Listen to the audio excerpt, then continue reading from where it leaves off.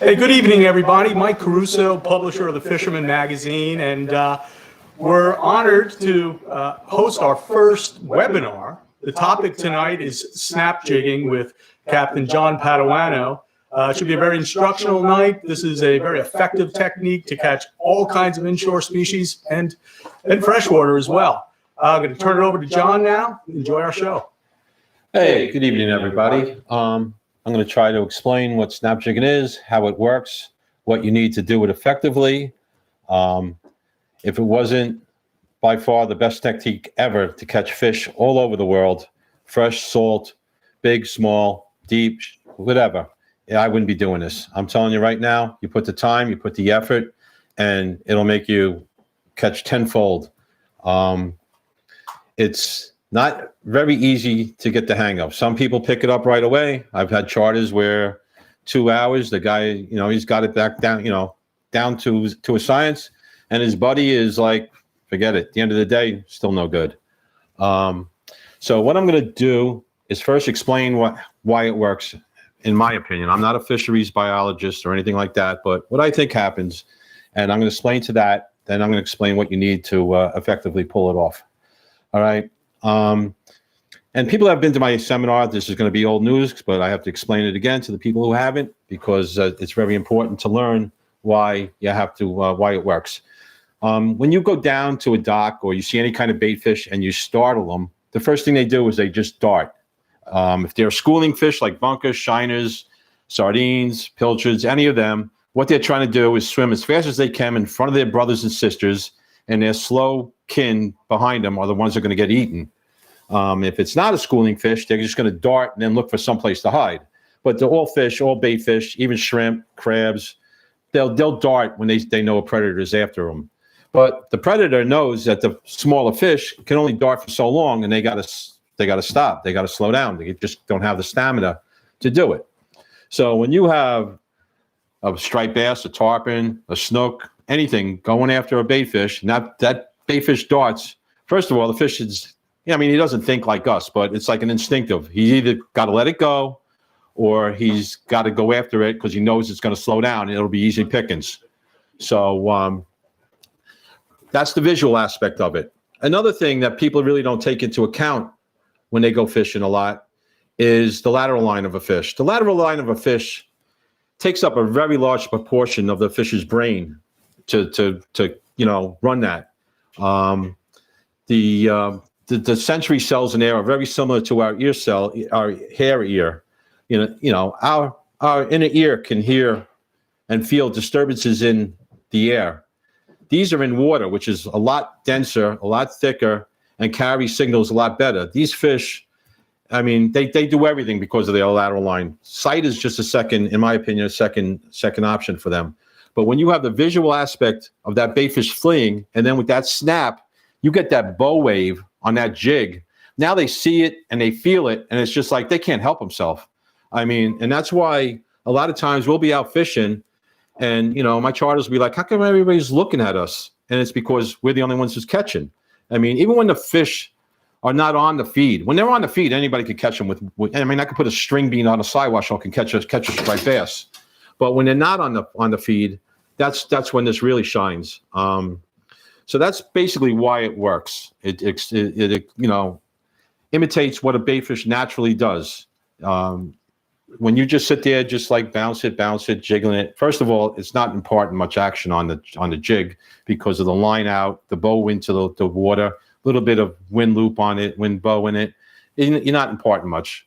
But when you really snap it hard, that lure is taking off and it's triggering these fish to eat.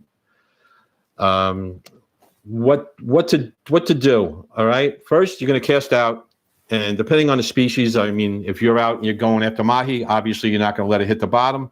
But for most of our species up on the Northeast, very large percentage of the fish are on the bottom. And definitely the large percentage of the bigger fish are on the bottom. So the best idea, the thing to do on around our area, Long Island, the Sound, Montauk, South Shore, is to be close to the bottom if you want more fish and bigger fish. So you got to learn to feel the bottom. So you're going to cast out, feel the bottom, and then you're going to snap it hard. And it's kind of hard to explain how you do it, but it's like your wrist, your elbow, and your shoulder all at once. And I'll actually put it up against my arm just to make, use my whole arm as the fulcrum. And then once you get it up, once you snap it up, you got to take a turn, drop it down a little bit, and then just slowly lower the rod tip down until you see that line slack off a little bit and snap it up again. The fish are always going to hit on the drop. So you're going to snap it up, you're going to take a turn. Normally, if there was no current, you're going to take a turn and then drop it down till you see the line, and you're going to watch it. It's very visual. This is all visual. You're going to watch the line until you see it slack off or any kind of movement. That's a fish that hits it or the bottom, and you just continue to do that. What you definitely need is a rod with a moderate bend, and I'm going to show you right now why you need that. You're going to see in this video right here me load the rod. It's going to be in slow motion. You're going to see me drop it. You're going to see how the rod loads and snaps up and goes down. Now I'm watching. If you're looking at the video, I'm watching the line. I'm slowly dropping the rod tip because that lets you, it makes the when it hits the bottom a lot easier to see. If you just hold it and that bucktail's coming down on an angle, you won't see it much. Then once it hits the bottom, I'm going to go down a little bit and load that rod up, and right there, and bang, snap that, get that going, get that pressure wave going, and then reel up a couple turns and go back down. Now, you need, as you can see in this video, a rod with a very moderate bend. That's a problem because most rods that are around are very fast. What I mean is they bend up at the top. This rod, Tim, if you can give me a hand here. I want to show you what I mean here. This rod, you can see the bend right here. All right. That puts the leverage only pretty much from here to here, which is a lot easier on your arms. So you need a 6-foot rod, maybe 6'3" if it has a soft tip, but anything more than a 6-foot rod, and your wrists are gonna kill you. I mean, I've been doing this a long time, a very, very long time. And even when I did tree work and had forearms like Popeye, I couldn't, if it didn't have an action like this, I'd be tired in no time. Sometimes in deeper water, I will use a heavier rod. I got one here. I'll show you the difference. And I'll show you where the bend is on this and the leverage. Now, I don't know what the proportion is of the force from a leverage, but you can see on here, the bend is, I can't even reach up where the bend is. So the leverage is a lot more. And when I do have to use this rod, with the little bit heavier jigs and stuff, I find myself cheating, trying to, I'm not snap jigging very well. So even in deep water, a lot of times I'll find myself with this moderate action rod, which is, like I said, it's very hard to find. There are a few rod makers that make them. This one was made by Matt on Northeast Rod Works. So that's the rod aspect of it. The next thing you need is the light line. It's got to be 10-pound test. Now, I give seminars, and people come out on the boat that have been to my seminars, and I'll tell them, you need 10-pound test, braid. It's got to be light colored so you can watch it. And they'll come out on the boat, and I'm like, I can't feel bottom. I was like, well, first of all, you got green. I mean, I'll go insane trying to use green doing this. And I look at it, I was like, what pound test is that? Oh, it's 20. I was like, even though I emphasize the most important thing is 10-pound braid and light color, they still come out with the wrong. And in 5 minutes, they got to hang that rod up because it's useless. I mean, even I find it nearly impossible, the difference between 10-pound braid and light color line and 20-pound and green. If I was stuck with 20-pound and green out there, I'd go home. I mean, it makes that much of a difference. And you might be saying, 10-pound test. How do you catch fish with 10-pound test? I mean, I started my career, pretty much just surf fishing. And when I started it, we all used 15-pound Andy. You know, if you were on the jetty, you used 15-pound Andy monofilament. South Shore, 15-pound Andy. Montauk, some of the guys went to 20. I'd go out there with 15-pound Andy. And 15-pound Andy, when it's fresh off the spool, it probably breaks, you know, a little higher, maybe 20. You give it a day and it gets that chalky look. I mean, that stuff's probably breaking at 15. This 10-pound braid is breaking at over 20-pound test as long as you could tie a decent knot. So, you know, that's the 10, and I could bring in fish. I got a video on here. I'm not going to really show it because it's 5 minutes long, but it shows me fighting a fish that's about 40 pounds. In 5 minutes, I got the fish in. And we get fish in just as quick as other people with the heavy tackle. You just learn how to fight the fish a little better. Let me see what I got here. Okay, this while I'm talking, now I'm going to hold off on that. So now go back. I'm getting a little off track here, but that's the rod. The reels. There's two things where you really need a good reel. When you're fishing very light or you're fishing very heavy for tuna, your tackle better be up to par. If it's not, it's gonna come out. So this kind of fishing, you really need the right tackle. You need a really good reel that's not gonna start chattering on the drag and giving you problems. I mean, I'm not one to pay a lot of money for stuff, but this is a great reel. I mean, I love it. It's very light. I think it's less than 9 ounces. It's got great gears. It's not going to, you know, they're not brass. They're hardened stainless steel, you know, over 3 feet a turn. It's all the stuff that you need, light, and an excellent drag. And you don't have to worry about this reel failing. I tried other reels. You know, there are some better reels out there. The Penn Spinfisher 6. I use that on my charters. And I'm not going to have. I've had rods go over from clients. I can't be putting Van Stalls on all the rods. So I'll use the Penn Spinfisher 6. It's a little heavier, but it's got a decent drag. And you know, it works well. But I would highly recommend. This is like my main rod and reel. I use this everywhere. I go to the Keys. I use this. I go everywhere with this rod and reel. And if you start doing snap jigging, you're going to be doing the same thing. This is all you're going to want.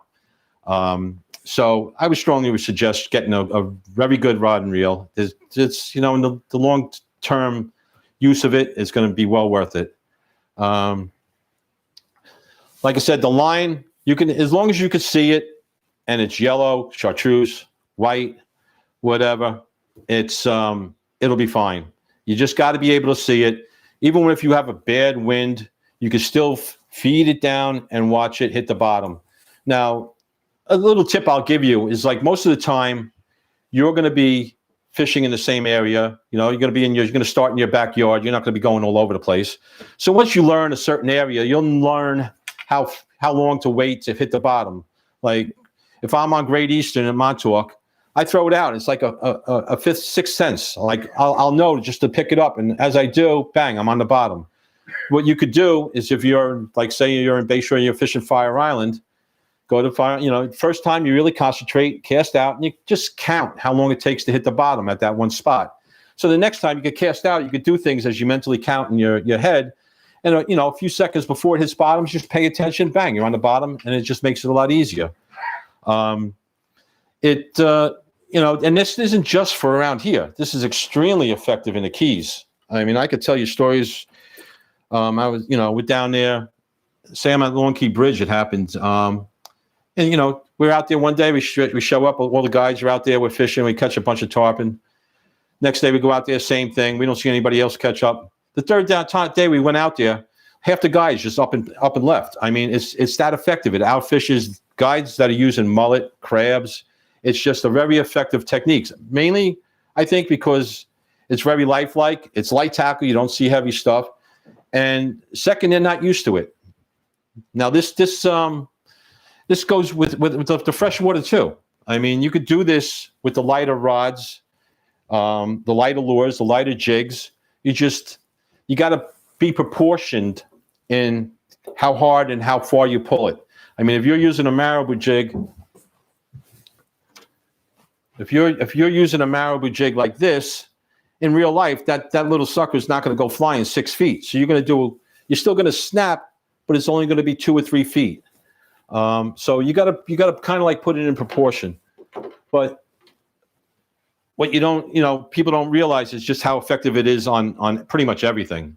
I mean, I've got 12-pound blackfish snap jigging for sea bass. We've had days where we've had, half a dozen blackfish just coming up while we're going for stripers. I mean, nobody thinks that a blackfish would eat a jig, but they definitely do. And if you really want to catch them, throw some gulp sand eels on it and snap jig with them. Which brings me to the lures. Now, what you want pretty much with the lures is it to run true and straight.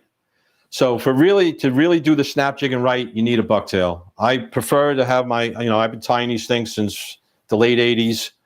The round head, it runs true, no twisting, no turning. If you got a spro head, it'll turn style H. Some of them can twist and turn.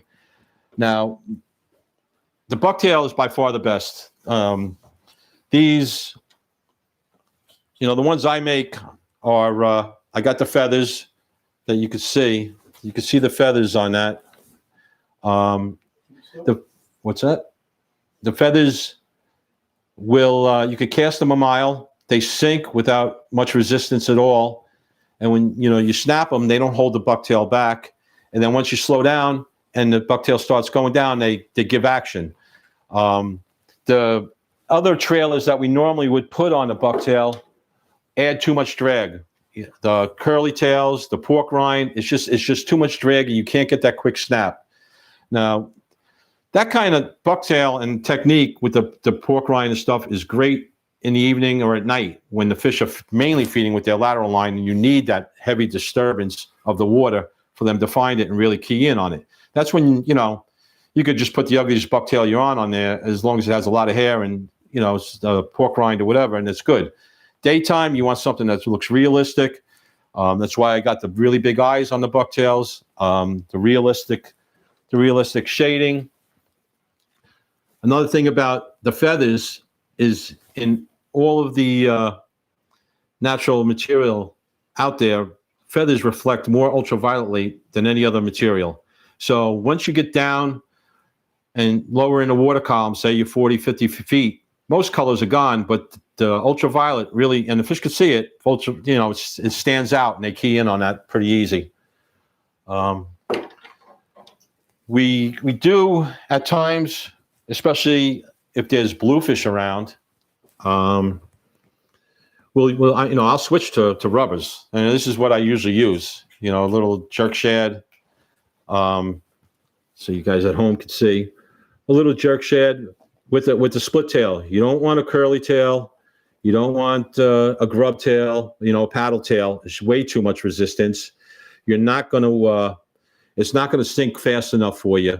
This will actually, if you're learning, this is a good lure to use because it's very streamlined, and those thousands of hairs on a bucktail all add water resistance, and plus they're all hollow.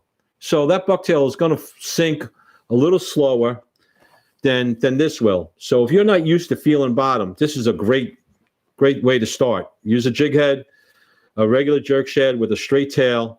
It'll sink to the bottom. You'll be able to feel fish on the bottom, and you'll catch fish. I've got fish over 50 pounds on this jig. All right. But it's not as good as a bucktail. For instance, I was out with my friend Mike, Tom Caruso, and he was out in Montauk. I was like, come on out with me. So we're out there, and the bluefish were all over. So I'm like, the heck with this. I make these things. I'm not going to throw them to bluefish. So we started using the plastics, and we're catching fish. But I told him, I was like, that there's got to be a bigger fish around here. So I took the bay anchovy, I put it on, made one cast, and he'll be my witness. And bang, I got a fish close to 50 pounds on that with the bucktail, because I knew they needed the bucktail. They needed that hard snap. You really can't do the hard snap with this, because no matter, and this, if you can see that's on pretty straight. I put the bucktail, the things on straight, and even very straight, it's still going to twist and turn more than a bucktail will. The bucktail will always run true. This will twist and turn, and for some reason, the fish don't seem to like that much. And that goes about with the lures. You could do it, the snap jigging from shore. You could do it from the boat. What I would like to tell you is if you're doing it from shore, it's very effective from the shore. I must have went, every time somebody comes up and asks me, because, when I'm doing it, especially this year from the beach, they, when they ask me, what the heck are you doing? I'll always give them a bucktail. If they got if they could come up to me and say, what are you doing? I'll give them a bucktail and I'll tell them what to do and show them. Most of them, almost none of them have the right tackle, but I'll explain to them what they need. But I go through a couple dozen bucktails, just giving it to people that come up, because that's how effective it is, that I have people coming up and asking me what the heck I'm doing. It's a little, the surf is a little bit harder and it's a little bit more complex, because you got to cast a lot of times the distance to hit the bars. Therefore, your jig is going to be more prone to be on the bottom. So you really got to work hard to snap it and keep it off the bottom. But it's extremely effective. On this rod, I have fish to 46 inches, I think it is. I don't have the picture here. But this spring, just snap jigging from beach. Quite a few 30s, a lot of 20s. But even if you don't have the big fish around, we were lucky this year. We had a great fishery, especially Smith Point. We had a great fishery this fall. But, if you're on the beach and all you're catching is 18 to 22, 24 inches, not for nothing, but to me, they're not much fun on an 11-foot rod. But you pick this up there and you start catching them on this rod, forget about it. You're going to love it. And this rod is, a lot more, the light tackle is a lot more fun. You learn to, it's like, I try to explain it, it's almost like a dance. You learn how to fight a fish very well. You know exactly when to start pulling them in, and you'll be amazed at how well you can get when you're fighting them on the light tackle. Like right here is my girl Lenny, and she's got a big fish. You can see that rod bent. She hooked it, but she keeps that pressure on it. Now she's only had this fish on for a minute before I started. 2 minutes. It took one run. She's bringing it back in. And she knows when to pull. She knows, when to hold up, let the fish take. And it's coming up now. But you can see these little rods. They definitely looks overmatched, but they're not. They work extremely well. I make believers all the time. They can't believe it. They promise, they just promise to come out over and over. You'll see how big this fish, when she lifts it up, she's going to lift it up in a minute. But I believe this fish, if I'm not mistaken, was probably taken on the power bait. Let me see if I can see what's in his mouth. No, that's a bucktail. It's a bay anchovy. But, when she picks it up, it's going to take her a second. She's a little beat. You can see the size of the kind of fish, the size of the fish that you can get on this tackle very easily. I got some huge fish on this tackle. I got tarpon to 180 pounds on this tackle. And come on, pull it up. Let's get this over with. All right, there. You can see that's a big fish. Now, she got that, and let me tell you, it's people on my boat, when I'm chartering, they got grins from ear to ear. And the thing is, if you're on another boat or you're out on your boat and you're going with the standard fare for stripers, you're just going to catch pretty much stripers or bluefish. But we get everything. We get, this is my friend Saul. You get nice fluke. Just snap jigging for a bass. I had like a 42 pounder right as he caught that one. You get huge sea bass. We forget about it. We got the place going nuts over there with really big sea bass. We've had days small sea bass is 22 inches. The sea bass really, really key on this. And you might ask why. What do you usually use? Most people usually use clam. That sea bass in his whole life has probably never seen a piece of clam go floating by, but he's seen plenty of baitfish go by, sand eels, bergals, baby this, baby that, crabs, everything. So they're more prone to hit a moving boat, moving bait, especially if you're marking bait around in the area. And like I said, it's not just on the salt water. It's the fresh water is extremely effective. I go up to Salmon River, go steely fishing, and I drive them crazy. They're like, oh no, here comes the friggin' feather man. And I'll go down, make 5 casts sometimes and get 5 steelies and leave. I mean, the fish aren't used to seeing it. It's small. It imitates what they're feeding on, and it's extremely effective. And like I said, you'll catch everything. We got a mixed bag. You never know what you get. Pretty good with the permit on bucktails down there. It's everybody's like, oh, it's got to be a crab. You got to be healthy. They hit the bucktails very well.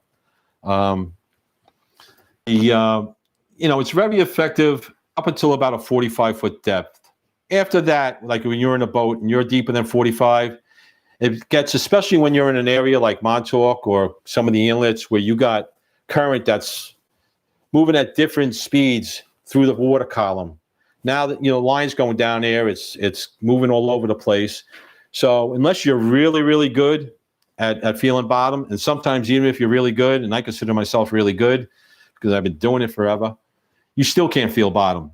That's when we'll do what's kind of called like a modified snap jigging, where you pretty much drop it down and feel the bottom, and it'll slowly move away from the boat because either the wind's pushing you a little bit. The water up top is always going to be moving a little faster than the water down below.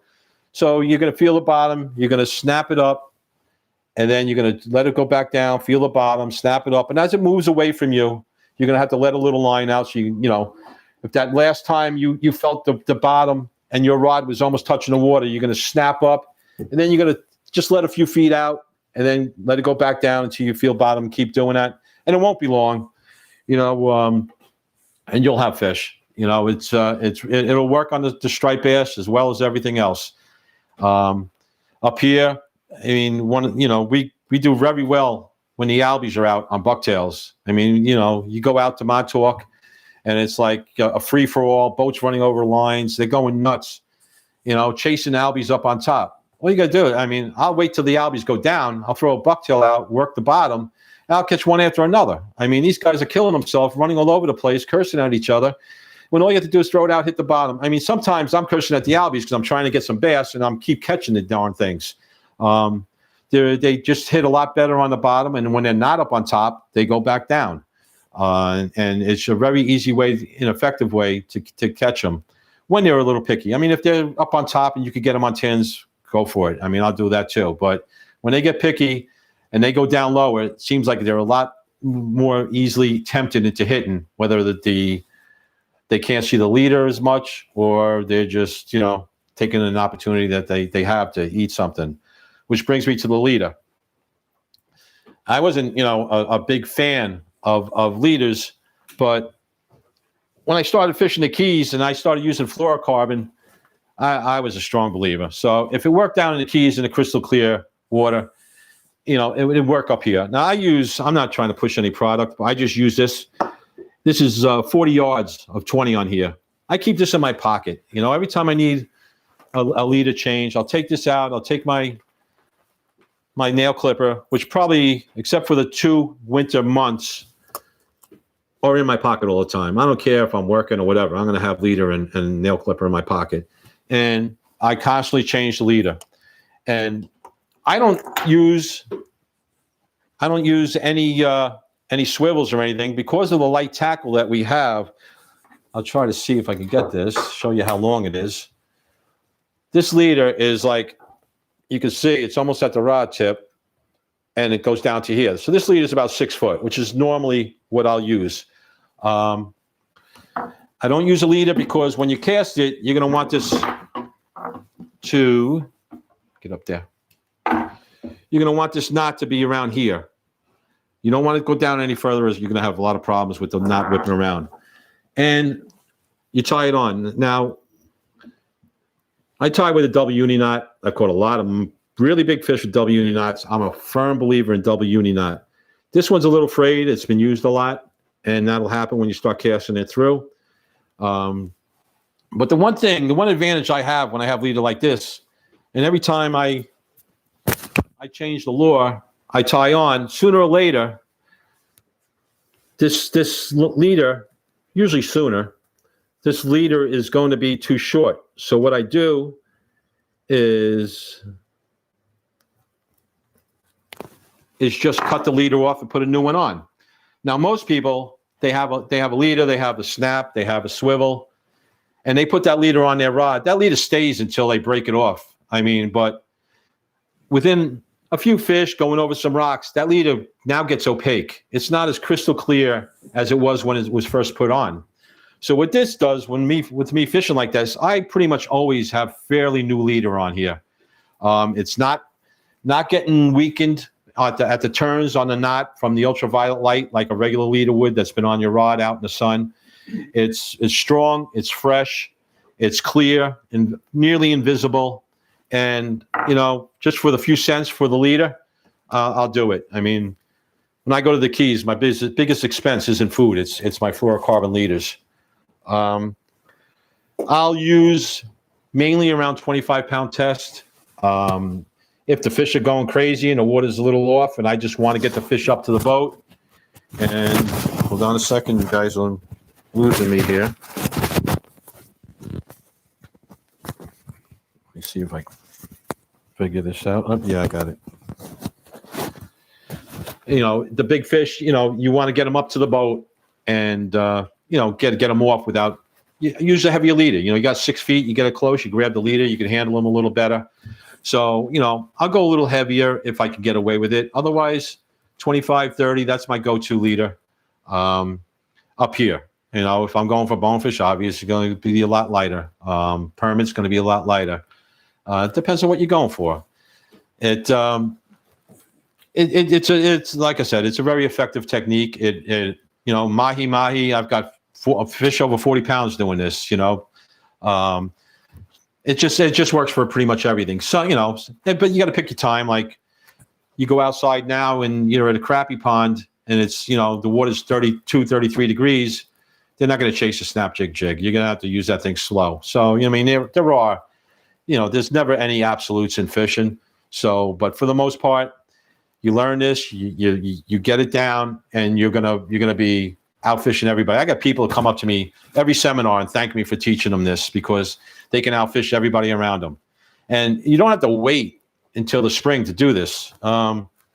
There's plenty of fishing to be done with the light tackle. You could get this set up for under close to $100. This has 2-pound nano braid on it, 4-pound leader. But the good thing about this is you could pretty much go to any pond, not so much with the chartreuse jig, but black. You can go to any pond with the little black 132nd, 164th ounce jig and have a blast. One of my favorite times of the year is, the spring thaw in February, that Indian summer we usually get in the middle of the end of February. I mean, I look forward to it like going to the Keys or Costa Rica because it's just so much fun catching big bluegills. We get largemouths up here, 7-8 pounds on little black marabou jigs. I got one down in Orlando at my timeshare. It was 13 pounds on a 32nd ounce black marabou. And I'll tell a quick story, not to throw him under the bus, but my good friend Fred Galafaro took my timeshare one year when I was going to the Keys. So I gave him a little bag of little jigs. And I said, this is all you need. I'm telling you, this is all you need. So, the next day I talked to him. How'd you do? He goes, I don't know. I'm seeing fish. I was like, did you try the jigs? No, I'm going to try them tomorrow. Next day, no, nothing. I was like, did you use the jigs? It's like, no, I used my trusty spinnerbait, green chartreuse, whatever it is. He didn't get them. The third day, he finally got frustrated, put one of the jigs on, and in, I think, 3 casts in a row, had 3 decent fish. It's just like the bigger a lure is, the more a fish has to find wrong with it. If you're a largemouth and you see some little black thing going by, it could be, a baby fish, could be a leech, could be anything. They're just going to scop it down. It has no danger to them. So that's why they're more apt to eat the smaller fish, and it's extremely effective. But, it's just unbelievable the size of the fish you could catch on a small hook. As long as you don't overpower with the line. And another good thing about that is you can, I mean, all my fishing in the spring is, I went through all my blacks. That's why they're not in here. Is you can carry this around in your back pocket. This is all you need. This in your rod and a little spool of 4-pound test. I was just down New Year's Eve and going to my girlfriend Lynn's, and I decided to stop at a local tidal river, and I had a monster sea run trout on this rod here. Ended up losing them, but he wrapped around a piling. But I got a good look at him, and he was a monster sea run. So there's a lot of opportunities to use the snap jigging in the winter. We got white perch, the carp. You're not going to believe it, but carp love jigs. I mean, you gotta give them the snap and then slow it down after that. Get the snap to get their attention, let them feel it, and then slow it down. And then, especially the 32nd ounce. Don't go any heavier than 32nd ounce because you got to move it slow once you snap it. But I mean, when you're in the middle of the winter and you're catching high teen to 20-pound carp on 2-pound test, you're going to have a smile from ear to ear. It's, in my opinion, a lot better than going out dropping 3 pounds of lead for, 25-inch cod. When you're in the boat, I like, or an inlet, anywhere, I like to have the fish are going to be facing. I like to have the bucktail come as close to perpendicular to the fish as I can. So you got to keep that in mind when you're in the boat, but sometimes, not always. My friend Saul, for some reason, likes to throw behind the boat, and he catches his share of fish. But I think I get a lot more casting sideways. It's just unnatural, if you're behind a boat, when fish is facing upriver or upstream or up tide, to have bait fish coming towards them. And you really see that like in other kinds of fishing, like with tarpon. You bring a lure towards a tarpon, a bait fish, a small lure towards it, the thing bolts because it's totally unnatural. So striped bass, I guess, are a little bit stupider than tarpon, but I just try to keep it perpendicular or at least feed it into them as it goes down. Another good thing, and I can't emphasize this enough about the light tackle, is no matter what kind of jigging you do, you snap jig with a light tackle, the big, this for fluke, for stripers, it all comes together and it all helps the other techniques. It all, I don't know what the word would be, but, it all helps to increase the effectiveness of the others because you learn a little bit about every other technique. Another good time to use this rod and reel is in the spring, April into May at Shinnecock Canal, which is really great because it's deep. You'll learn how to feel the bottom. You'll learn how to work the banks, the drop-offs, and the inclines, and you'll catch a ton of fish. I mean, you'll catch, when they're in there, you get the weak fish. I had this past spring, one day I had 25 fish on this setup, striped bass. None of them they were up to about keeper size, but, you're going to have a blast. Fluke, tons of fluke. Early on, you got sundials that start early in April. Even big sea robins, sea robin. I'll tell you what, you get one of them monster sea robins on this, and you're going to be smiling. It's fun. And like I said, you'll learn the technique, you learn how to work the bottom, and it just will help you with all the other techniques that you have. Now, that being said, and normally on a seminar, I'd have some live questions by now. So this is a little bit different from me, but I'm going to go into what most people do wrong. All right. What most people do wrong is, I can't do it in here because my ceiling's a little low, is when they snap, they drop it down. It's slack. You can't have slack. All right. The fish is always going to hit on the drop. So if you got slack, I got charters. I'm like, you got a fish. They'll set the hook, and they never knew it. But I'm watching the line, and I could see that the line jolted. What you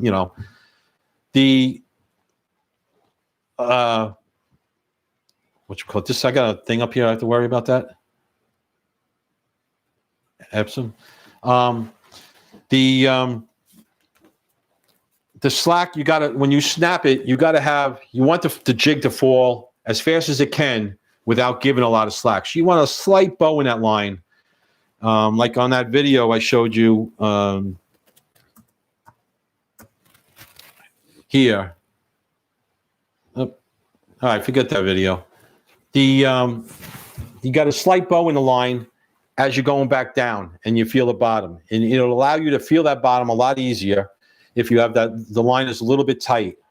So, what 95% of the people would do is will snap up and drop it, and that's why it's good when they come on my boat, because I could fix that. I know what they're going to do wrong.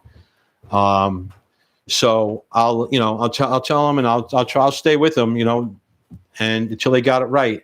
Snap it, take a turn, let the lure almost pull you down, like try to like make that rod like almost balance in your hand, and bang it. And it'll really jump out on you when you feel the bottom, and snap it up, take a turn. Now, sometimes you don't want to take a turn. Sometimes you're going to snap it up, and if the wind is pushing you, you're going to come back down and hit the bottom again, snap up. You're not going to have to do anything. And sometimes if the wind's too strong, you might have to snap up. And if you don't hit the bottom on that turn, snap up and let a little line out, because now you're moving back away from it, but you're still imparting that action, and you're still you need the bottom.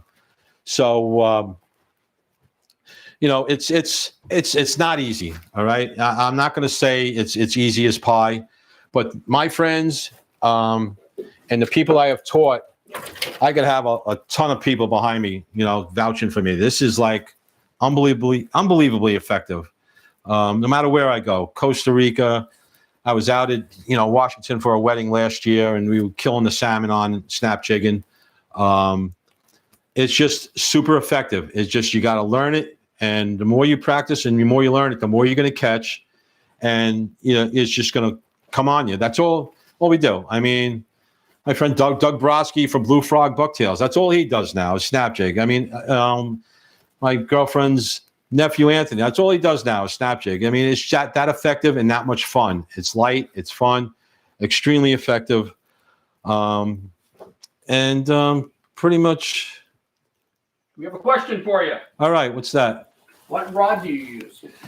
All right, the rod, like I said, the rod has to be a moderate rod. There are some out there. Triumph makes one from St. Croix, TS601 MF, I think it is. My favorite of all time is a Loomis SJR 722 GL2. They don't make the rod anymore. I don't know why. It was supposedly one of their best-selling rods, but they decided they weren't going to make it. They have a close one. It's I forget the name of it, but that works. I'm going to be making some rods out of a bunch of blanks that I just got that are perfect in the thing. Matt from Northeast Rod Works makes a great rod. This is a good rod. This is an awesome rod, my favorite. But it's got to have that moderate bend. If it doesn't, and that leverage is up high, your arm's going to kill you, and you're going to be doing the double snap, because you really can't do the snap. And I'll cheat. I'm not going to lie. I mean, if I'm fishing and it's a little slow and my arms are getting tired, I'll do the double thing. But when I know there's a fish around, I am snapping that thing. I mean, you're going to hear a whip, and that thing is going to make a loud noise as I swish it up, and the fish is going to hit. I mean, when I know the fish are there, I'm doing that. Someone asked if in slack water and you start getting slack in the line and you're walking along the beach, do you walk with that line to keep the tension and keep it taut? I rarely walk with the line. I mean, I'll take it. If you got a sweep on the beach, I'll take that into account as I cast. If you got a sweep from right to left, I cast a little bit to the right. It'll work it along. And the beach, you got to remember. I mean, I got a lot of fish this year right on the curl. You don't really have to cast all that far. And when they are on the curl, you don't have to use 3/4 or 1 ounce. You could drop down to a half, 3/8. And sometimes, especially when on that bay anchovy or that light stuff, they'll like crush that when they're not going to hit the other stuff. Invite questions. What's that? Invite questions. Does anybody have any questions out there? Yeah, they can leave it. Another question. What knot do you tie on your bucktail specifically? I don't use snaps. I don't like snaps. It's a little bit of just my own personal thing. But, if you see how this bucktail's hanging. So what I do is when I tie it on, or after every fish that I get or a hit, if I get a hit, I bring it in my bucktails like that. I'll just take it and go like that. Now it's straight up, and it'll stay like that after a cast.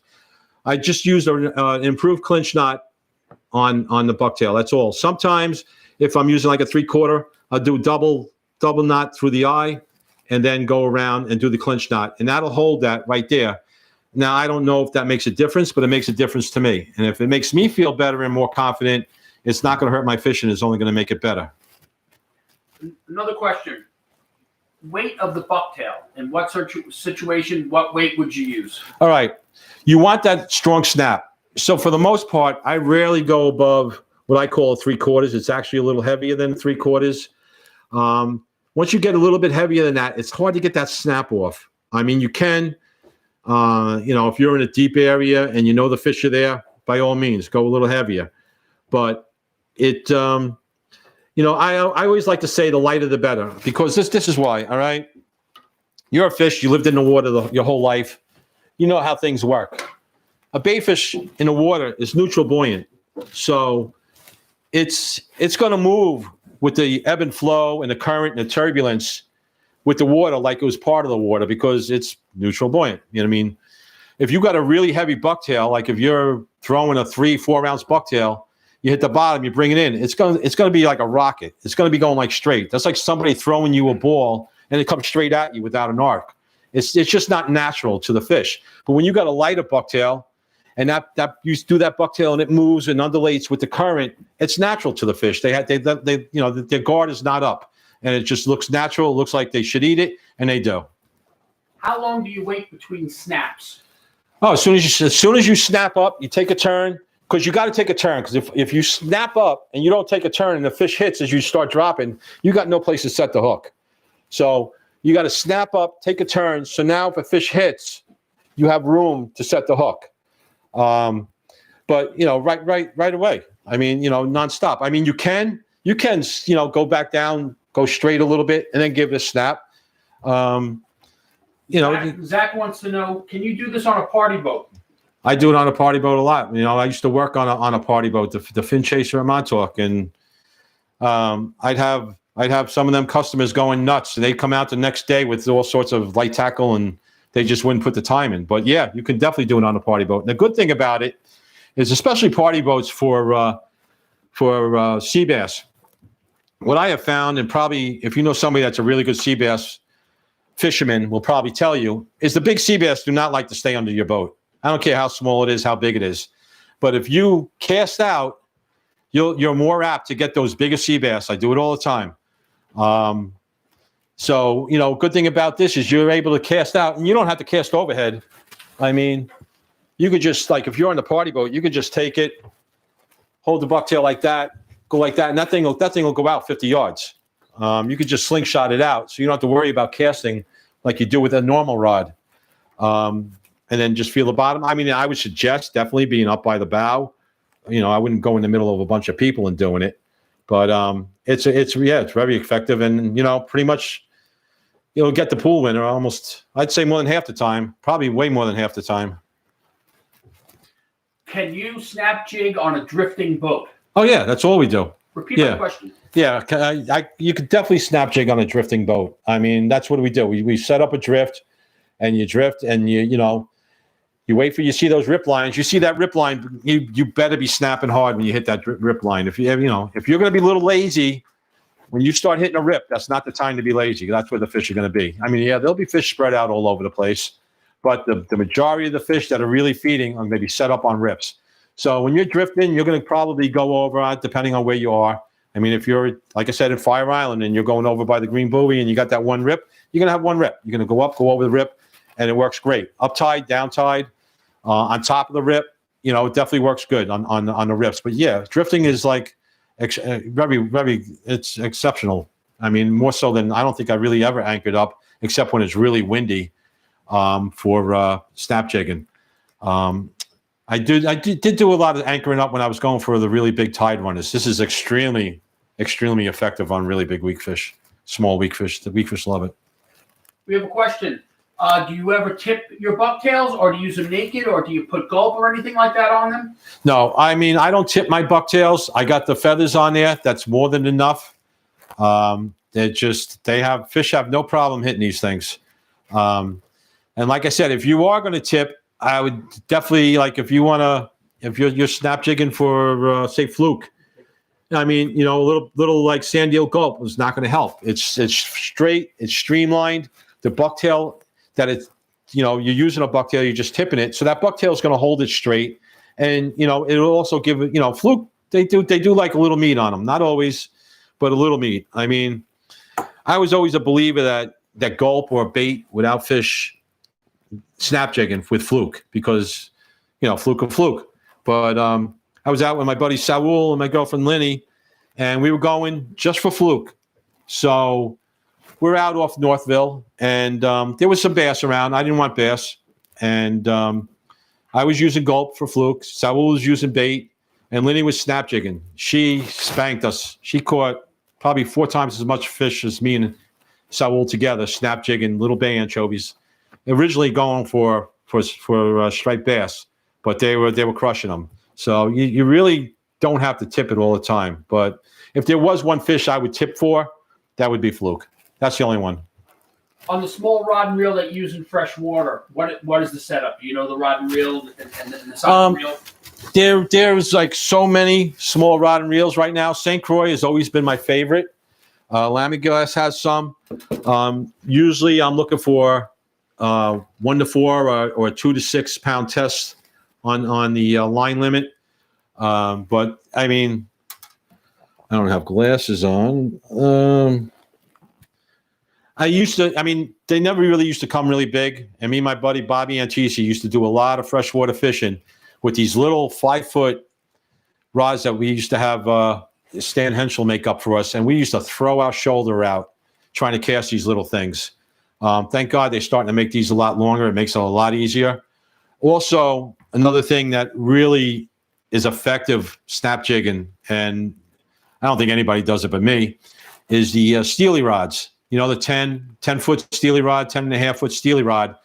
It could throw these little tiny jigs a mile. And just to snap, all you got to do is jiggle it, and that rod tip snaps like 3 feet. Perfect. And it takes up the line, snap 3 feet.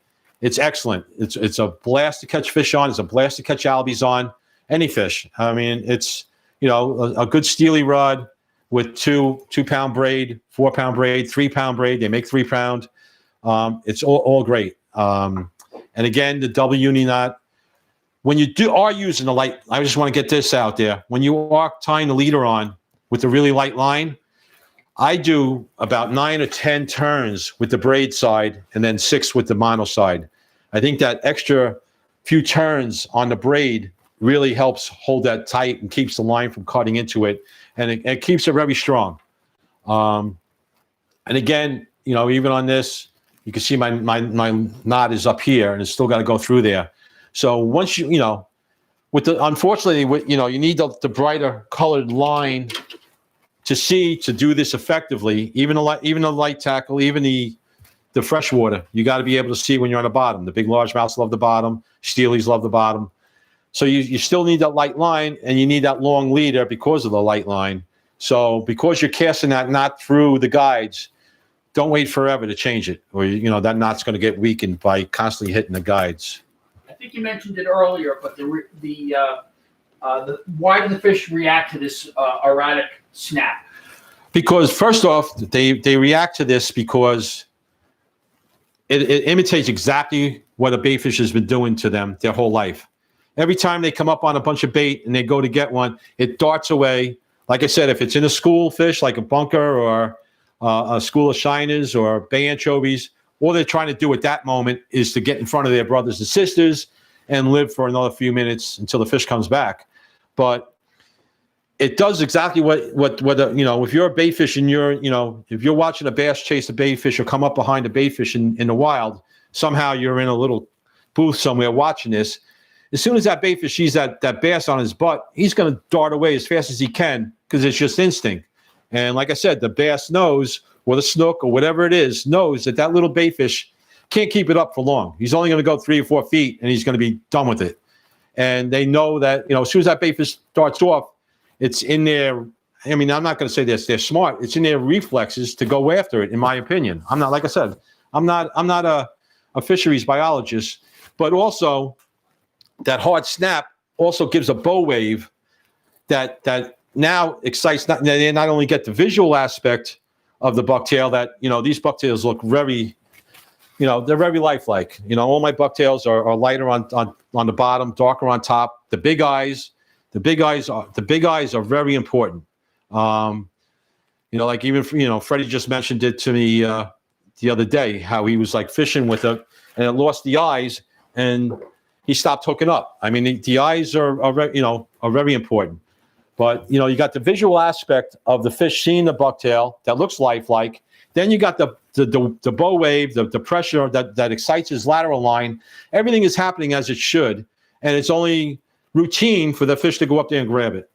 A lot of guys are fishing for white perch now. We had a couple questions about, will this technique work for white perch? And specifically, can you use this technique in shallow water, like 6 to 10 feet of water? You have to worry about jerking it too far and the jig coming out and hitting you in the face. No, I mean, if you're in 6 to 10 feet, that's pretty deep water for perch. I mean, they got a good spot. Well, just in general, it's safe. No, I mean, you're still, even with the perch, you're still going to be one close to the bottom. Yeah, they'll come up a little bit. For the most part, they're going to be close to the bottom. And I snap jig. I mean, you could do this with the fly rod. I do a lot of fly rod fishing for white perch, and you throw it out there, and I'll snap with the fly rod just to get that same snap. And you want to snap. I mean, you don't have to race it in. I mean, you want to use lighter jigs, 16th ounce, 32nd ounce. You give it that snap. You get the bow wave, you get the visual aspect of it fleeing, but then it goes nice and slow. Now, this time of year, the water is very cold. The fish aren't, very even cold water fish like steelies in the wintertime, they get pretty sluggish.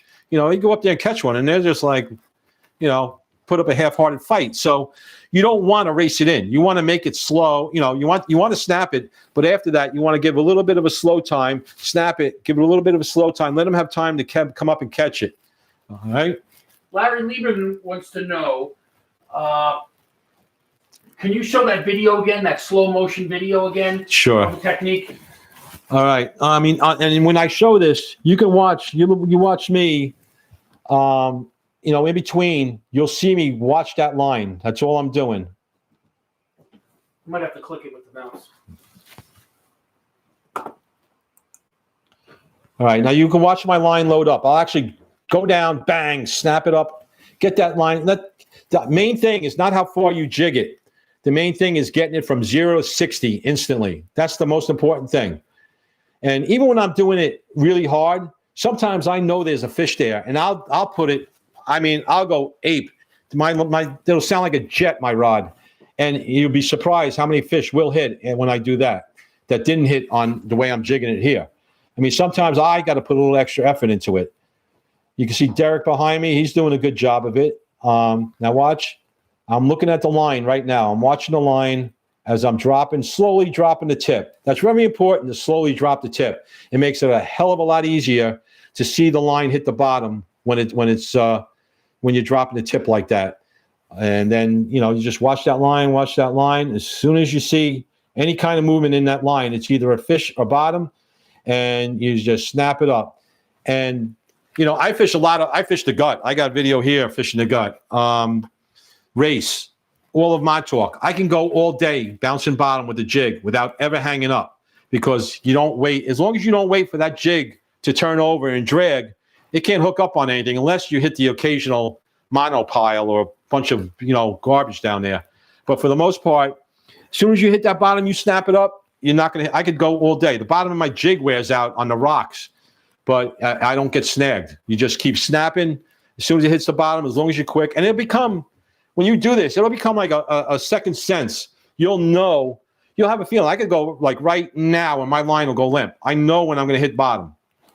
And, that all comes into play. We have a question. Can you use this technique on offshore species like amberjack or tuna? Yes, you can, just to make it short. I mean, the dolphin, the Mahi go nuts. I keep my boat at just a quick little thing. I keep my boat at Westlake, and Chris Miller from Westlake was going going out for Mahi. And he went out a couple times. I'm like, listen, dude, I was like, take this bucktail. It's a bucktail I make with that the Mahi really like. And I was like, just give it a shot. So, the first 2 times he goes out there, he doesn't try it. And then he's going out again. And I get a text message how they crushed the Mahi on the bucktail. And he goes, I mean, I can't even tell you how many fish he caught. He said he caught a ton of them on the bucktail. And they wouldn't hit bait. They wouldn't hit plugs. They wouldn't hit anything else, but they would hit the jig. It's extremely effective on Mahi. The tuna, it's hard, but yeah, no, you'll get them on that. It's that they're more of a snap and then reel. Some fish, are more prone to the speed, and they are. But the tuna like albacore and bonita will definitely hit the snap. We have a question also on the same line there. What color do you recommend for Mahi? All right, orange. The main one I use is an orange jay. I don't have any jays here, but it's a regular bucktail. But then I got the variated feathers that are orange in color going down the back. That's number one. The bay anchovies work no matter where you are. All right, they work great everywhere. And the bright colored bucktails work good. It's the action, the erratic action that gets them. And I can. Like I said, I can have a lineup of people here that tell you how good that they work on Mahi. What's the deepest you've ever snap jigged? The deepest I snap jigged and caught fish is probably about 180 feet, and I did that quite a bunch. So after that, it may not be that effective? Probably not. I just haven't done it. I really haven't been deeper than that. But we have no problem at 180 feet as long as you don't have a lot of current. Like if you're out at the Coimbra, or any of those, I know another little wreck out in that area, and we snap jig up some ling, cod, ling. That's another thing. All summer long, almost every trip, I get several cod, out of Montauk. I got the people from the Westlake going nuts because I come back all the time with cod, and I'm not going to Cox's Ledge. I'm in 50 to 75 feet of water catching sea bass and cod. The cod love this. And nobody else is getting them. I don't understand it, but we have no problem getting cod to 15 pounds. Almost every charter comes back with a few cod. It's extremely effective on species like cod that you wouldn't really associate with jigging or snap jigging. Cod, the blackfish. It's just, I don't have the picture here. We caught a wreckfish snap jigging in 50 feet of water. Them things are supposed to be in like 1,200 feet. A decent sized wreckfish out of Montauk. You catch, all the southern species. Catch everything. One of our viewers thinks you're Billy Joel and wants to know when you're going to be back on tour. Nah. You trust me. I don't sing like Billy Joel. But like I said, as far as the colors, people. Usually I get a question about colors. I'm more inclined to go with shades. I always want the darker shades up top because once that bucktail gets down to a certain depth, all you have is shades anyway. You lose red light very quick, yellows, green. You're pretty much, all you got is shades. We have a question. Can you catch tog snap jigging? Blackfish? Yeah. Yeah, yeah. It was a couple years ago when we had that solar eclipse in August. I was out fishing. My boat got rocked by a whale. Not my fault. I was videotaping from afar. The son of a gun came over by me. I didn't see him. He went down and just almost threw me out of the boat. But I came inshore, and I was on some of the high pieces off the windmills off Block Island. And I was just snap jigging for some big sea bass and getting some big sea bass because I love eating sea bass. I don't know who doesn't. And also I get a fish. I'm like, what the heck is this? I bring up a 12-pound blackfish on the bay anchovy. Another time I'm at a small bridge out in South Hold. Not to burn any spots. There's many small bridges out there. But it's a good bridge for a smaller bass, up to keeper size, maybe 10 pounds. So I'm there and I'm snap jigging. Bang, I get a hit. Not a bass. Bring it in. It's like a 6-pound blackfish. I'm like, what the heck? I'm only in 4 or 5 feet of water. Throw them back. The very next cast, I get like a 5-pound blackfish. And it's one little creek. The place is polluted with shiners. So I'm pretty sure blackfish have no problem eating bait fish. That's why when the sand eels are around. We get them very well on the snap jigging on the shoal. We have any other questions there? I think that's it. Maybe one call out for any more questions, and we're going to. Any more questions? I know. I mean, if this was a seminar, after I said, all right, that's it, 1,000 people come up. So come on, get a question in if you have it. Somebody wants to know, when is the best time to snap jig from the shore? When the fish are there. I mean, seriously. I mean, you don't want to go to the beach when there's 12-foot waves, but as long as you can get over the waves and handle the waves and have no problem getting a decent sized fish in, because you will get decent sized fish. You'll catch bigger and more fish than a guy using, a tin and teaser next to you or whatever. I mean, like I said, from shore, I constantly have people coming up all the time asking what I'm doing. My friends constantly have people coming up asking them what they're doing. I mean, Freddie Galafaro has people coming up asking him all the time what he's doing. It's that effective that they take note that you're the only one catching fish on the beach, or as many fish as you are. I mean, it's usually you're out fishing everybody within sight. I mean, that's how good and effective it is. A lot of people want to know more about your bucktails. How do they get them? Do you have a website? All right, I've been about my bucktails. I mean, I tie great bucktails, but I'm a horrible businessman. I am in the process of getting stock. So by springtime, the website should be up. Everything should be fully stocked, and you should be able to get whatever you want in the spring. I don't think there's going to be much need or a call for them right now, but we are getting stocked up. I am getting plenty of bucktails stocked up. My bucktails are they're made with black nickel mustad hooks. Their heads are the airbrushed, and they're epoxy coated. They're turned for 36 hours on a wheel every head. The feathers are not strung saddle hackle, which breaks after the first fish. I have a ton of people that could tell you that they've caught over 100 fish on my bucktail. Maybe not a ton, but probably half a dozen people that will tell you they've caught over 100 fish on my bucktail. My friend Brian, I think he's over 200 on one bucktail. It looks like crap now, but he's got over 200 fish on that, including bluefish. I mean, bluefish, no matter what whoever makes whatever is going to destroy it, but he lucked out and he's got a few bluefish on it. But as far as stripers, I'll use this until I break it off before the feathers come off, unless a bluefish hits it. Any others? So that's about it. It's my first time doing this. I hope it went well. I hope it was informative to you. I'm sure if some people were here, there would be some more questions that, I missed, but hopefully you learned it. Hopefully you'll try it. And like I said, just, go around the corner and start and learn one area and then learn another area. And as soon as you start doing it, the more you do it, the more fish you're going to catch, and the more, it's going to be your favorite. I promise you, it's going to be your favorite way to fish. All right. So I think that's it for the night. Thank you for showing up and watching.